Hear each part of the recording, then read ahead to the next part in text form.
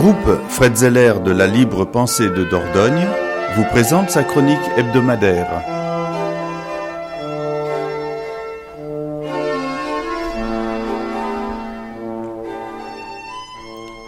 Bonjour à nos auditeurs du lundi. Bonjour. Nous allons donc aujourd'hui avec Jean-Jacques Brière continuer notre chronique. Et Jean-Louis Bagot. Donc, tact. Nous allons continuer nos chroniques sur la période de la loi de 1905 elle-même, les débats qui ont eu lieu avant le vote de cette loi, l'esprit dans lequel cette loi a été votée, et nous allons voir que quand on parle de grands débats nationaux, s'il y en a eu un, c'est bien celui-ci. Alors, quelques grandes figures vont apparaître à travers les propos de Jean-Jacques, Émile Combes, Aristide Briand, Jean Jaurès, Ferdinand Buisson, dont on peut dire qu'il a été la cheville ouvrière de la préparation de nombreux textes de cette loi. Donc, Jean-Jacques va nous entretenir là-dessus. Auparavant, je voudrais donner une information, une petite actualité, puisque le 21 juin prochain, à Trélissac, dans la salle de conférence du foyer de Trélissac, notre groupe Fred Zeller va tenir son assemblée générale de mi-année. Et donc, ça sera le matin du 21 juin. Et l'après-midi, à partir de 15h, une conférence va se tenir dans cette même salle où Jean-Paul Blot, qui a réalisé un film sur Fred Zeller, va venir présenter son film. Et à l'issue de ce film, donc, nous aurons un petit débat autour de Fred Zeller, de ce grand témoin du XXe siècle, qui va donc alimenter une discussion. Donc, maintenant, je propose à Jean-Jacques de continuer ce que nous avions d'ailleurs quelque peu abordé la semaine dernière avec la discussion sur colonialisme et laïcité. Nous avions déjà vu quelques aspects de la discussion dans le cadre et de l'application de la loi de 1905. Donc, nous allons poursuivre sur ce plan-là. Jean-Jacques. Oui, il y a déjà plusieurs semaines, nous avions présenté donc les conditions dans lesquelles s'est préparée la loi de 1905, préparation qui a duré un certain temps. La gestation, alors il y a une préparation qui se fait tout au long de la fin du 19e siècle, mais depuis 1903, le 11 juin 1903 exactement, Ferdinand Buisson, libre penseur, mais nous reviendrons sur sa personnalité prochainement. Donc le 11 juin 1903, Ferdinand Buisson met en place une commission parlementaire qui a pour objet l'étude des projets de loi sur la séparation des églises et de l'État. Ces discussions vont durer 2 ans. Cette préparation dure 2 ans. Puisque vous le savez, donc on parle de la loi de 1905. Elle sera votée à la fin 1905, le 9 décembre 1905. Donc, entre-temps, que s'est-il passé ? Eh bien, la commission a épluché, a travaillé, et elle a produit 1500 pages de rapports, de comptes-rendus, de discussions. C'est dire si c'est riche. De ces 1500 pages vont sortir 340 pages du rapport que Aristide Briand lui-même, je reviendrai sur sa personnalité aujourd'hui peut-être, donc Aristide Briand va présenter ce rapport avec un projet de loi qui va comporter 45 articles. C'est long, c'est pas une loi énorme, bien sûr. Il y a des lois qui sont plus abondantes en articles. Là, c'est pas excessif. Mais il y a 2 articles importants qui vont donner lieu à des débats, je dirais pas homériques, mais des débats qui vont être difficiles et dont Aristide Briand va se sortir brillamment, si j'ose. Donc, je voudrais quand même présenter peut-être d'abord Aristide Briand, qui est un personnage qui, là aussi, comme l'a dit Jean-Louis, les débats sur la loi de 1905 vont trouver des échos dans notre actualité.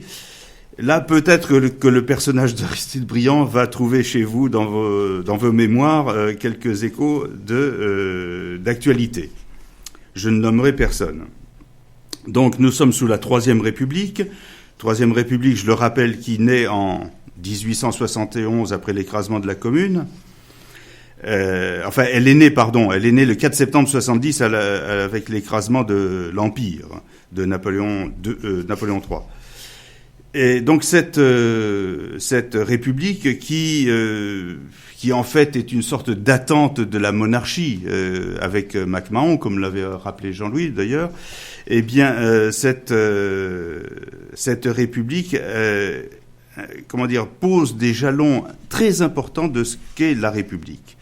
Au travers, on l'a vu, des lois Ferry, au travers des lois sur la loi de 1880 sur les affichages, la loi de 1901 sur les associations. Tout ça, c'est une construction de la République. Eh bien, la loi de 1905 va être un pilier très important. Aussi, les débats, son importance. Donc, j'en reviens à Aristide Briand. Aristide Briand, qui est né à Nantes, dans un milieu modeste. Il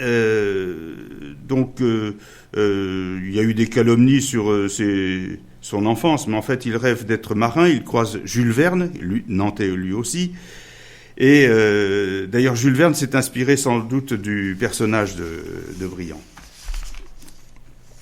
Donc, ce qu'il y a d'important, c'est Aristide Briand, donc qui arrive à la députation. Je passe sur le reste. Il arrive à la députation et le 27 avril 1902, il est élu et il y a la mort d'un ouvrier tué par un gendarme dans la banlieue stéphanoise et Aristide Briand fait une intervention brillante à la Chambre et à partir de là, il est, je dirais, repéré comme un orateur brillant. Il est socialiste, il est dénoncé comme un dangereux révolutionnaire. Mais c'est un personnage qui va évoluer dans sa carrière, dans sa vie politique, puisqu'il était socialiste au début et il va terminer, on va dire de nos jours, libéral. C'est un hasard que ça ressemble à d'autres personnes. Donc, c'est un pacifiste quand même, puisque une partie de sa vie, il sera défenseur de la Société des Nations et du pacifisme. Mais là, dans la loi de 1905, il va la présenter et la défendre, et brillamment. Et je rentrerai dans les détails de ses interventions pour contrer le parti... disons, les différents députés monarchistes, catholiques, bourgeois qui s'opposent à ce que l'on touche à la religion et au concordat. Et Aristide Briand va être un des artisans importants de ces moments-là et de ces débats. Donc les débats, ils durent très longtemps, du 21 mars au 3 juillet 1905. Ils sont d'une grande tenue et témoignent d'une belle hauteur de vue de la part des orateurs. Briand va dominer ces longs débats. Il se lève nonchalamment et a toujours, citation, et a toujours l'air, quand il va prendre la parole, d'accomplir une corvée. Sa belle voix profonde, ses yeux bleus, le jeu de ses mains fines et blanches, tout cela fait merveille. Il se veut, pour les catholiques, le meilleur rempart contre les visées antireligieuses de la gauche, et pour la gauche, celui qui peut assurer la paix religieuse. Il réussit à contenter tout le monde, ce qui est du grand art. Et c'est vrai que la loi de 1905 est une loi de modération, finalement. Ce n'est pas, vous le verrez donc lorsque j'aborderai les débats, qu'il y a, disons, des positions très radicales, et justement les radicaux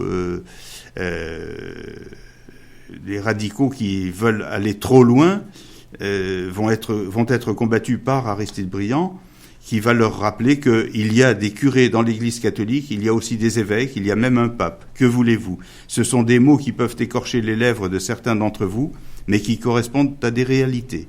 Vous voulez faire une loi qui soit braquée sur l'Église comme un revolver ? Ah, vous serez bien avancé quand vous aurez fait cela. Et ensuite, il précisera, dans un pays où des millions de catholiques pratiquent leur religion, les uns par conviction réelle, d'autres par habitude, par tradition de famille, il était impossible d'envisager une séparation qu'ils ne puissent accepter. Il considère que la majorité républicaine a accordé aux catholiques la justice et la liberté. Donc, cette loi qui sera approuvée par 338 voix contre 221, eh bien, elle se résume, disons, par ces deux mots qui sont dans les deux premiers articles. La République assure la liberté de conscience et la République ne reconnaît, ne salarie ni ne subventionne aucun culte.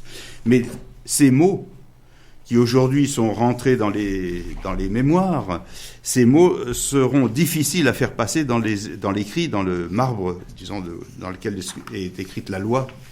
C'est ainsi que l'on dit. Donc, eh bien, les débats qui commencent le 21 mars, et tout de suite, on a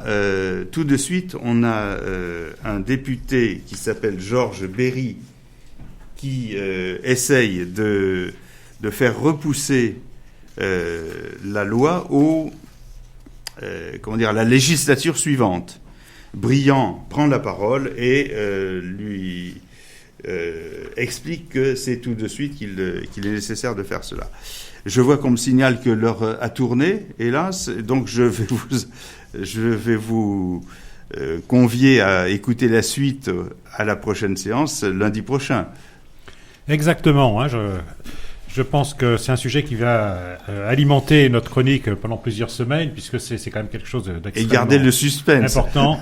Et ce qu'il nous faut à travers ces émissions, c'est vraiment montrer l'esprit dans lequel cette loi a été conçue, votée et combattue finalement par des adversaires qui ne voulaient finalement pas lâcher leurs prérogatives sur l'ensemble de la société. C'est là le cœur du débat, la liberté de conscience, et c'est finalement la liberté de conscience contre laquelle se sont élevés ceux qui ne voulaient absolument rien changer à ce qui existait précédemment, la mainmise d'une pensée religieuse sur l'ensemble de la société. Je voudrais préciser une chose, c'est que des adversaires ennemis, les adversaires, il y en avait dans les deux camps. Il y en avait à la gauche, disons, y compris dans la libre pensée de l'époque, puisque certains voulant aller trop loin, étant trop radicaux, risquaient de créer une guerre civile. Or, le but était au contraire de permettre que l'Église, ou du moins pas l'Église, mais du moins les chrétiens, les catholiques, les gens qui avaient des croyances, donc c'est bien ce que tu dis, la liberté de conscience, puissent accepter cette séparation. Et c'était du grand art que d'arriver à faire passer cela. Voilà, écoutez, nous verrons cela les semaines suivantes. À bientôt. Et 21 juin, notre Assemblée Générale.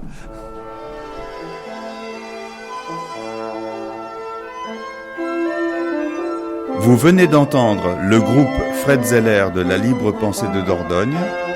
Vous pouvez réentendre nos émissions sur Radio Libre en Périgord, sur notre site www.lpdordogne.wordpress.com.